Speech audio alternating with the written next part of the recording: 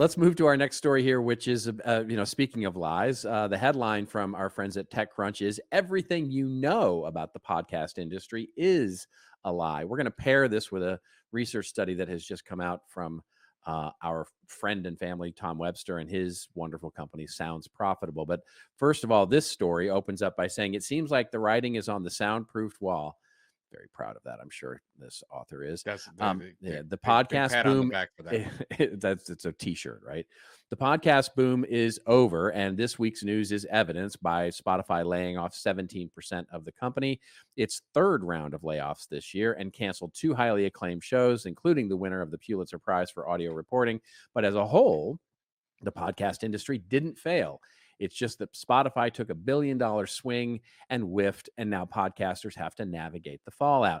The article goes on at some length, basically saying that really this sort of the rumors of podcast demise are basically overblown, that podcast companies are now much more focused on efficiency rather than growth. And so we're starting to see it become a mature business. And it basically ends up by saying, don't look at the podcasting industry as just Spotify. It's a whole lot of other things. And that gets us to the other article that we can cover here, which is this new research coming out of Sounds Profitable, our friend Tom Webster's company. And this is his research, it looks like, in particular, which basically covers off, it's called Sounds You Can See.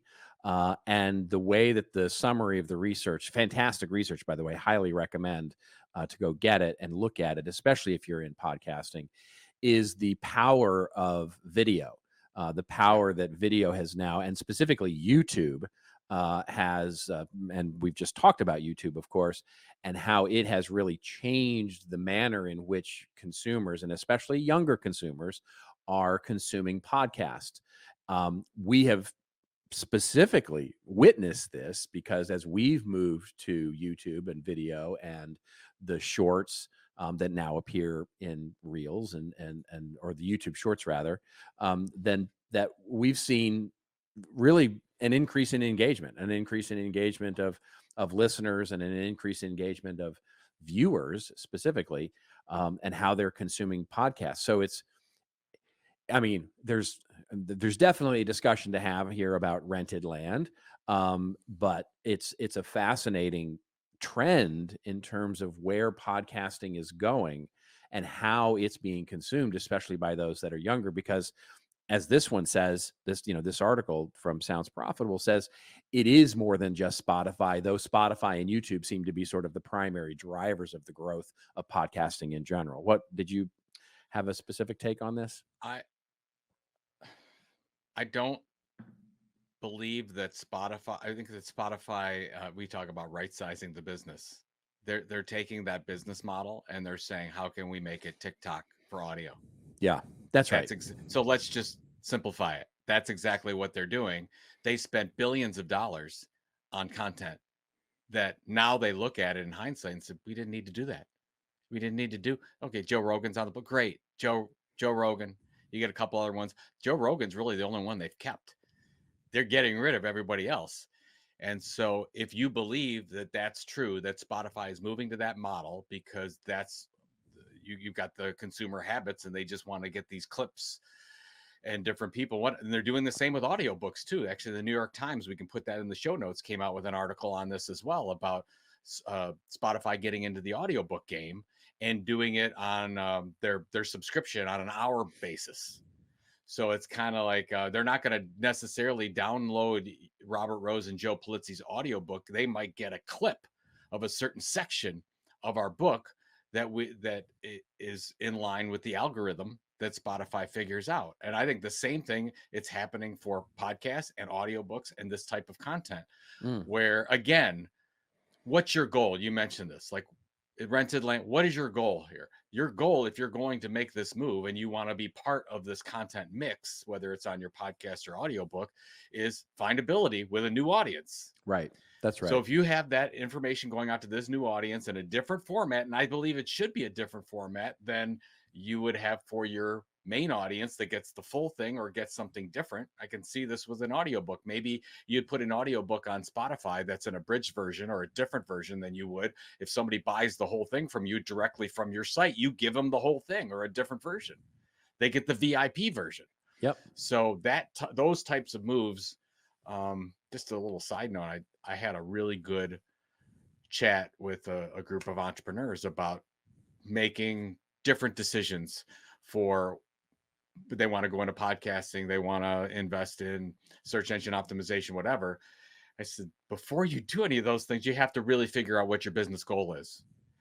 And I think oftentimes what we do as content creators, we're like, oh, we're going to do a book. Oh, we're going to do a podcast. This is how you do it. No, that's not how you do it. You have to figure out what are we trying to do? What's our business goal? What do we want to see to have happen? What's the behavior change we want to see changed or maintained? And then you make the decision about here's what should go on Spotify if we decide to be there. Here's what should go on YouTube if we decide to be here. And this is what goes on our website to our fans that we're building up and we want to be loyal to us. Here's that experience as well. And I think for somewhere in this, we forgot that we don't just have to throw up all of our content on all these sites.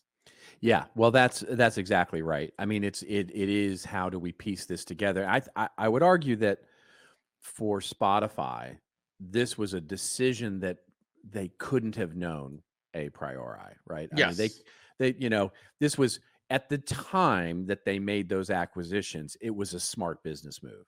It turns out that it's not. Basically, it turns out that consumer behavior changed in a faster way than they anticipated, and ultimately those shows and things that they acquired became more costly than they were profitable. So, but I can't blame them for the acquisition. Like I can't look at it and go, that was a dumb move, because at the time everybody thought it was a very smart move. Right. And I think it's just, it's the nature. And, this gets to our conversation on YouTube Shorts and in Reels and TikTok and all of that. The nature of content consumption is changing as the nature of content supply is changing.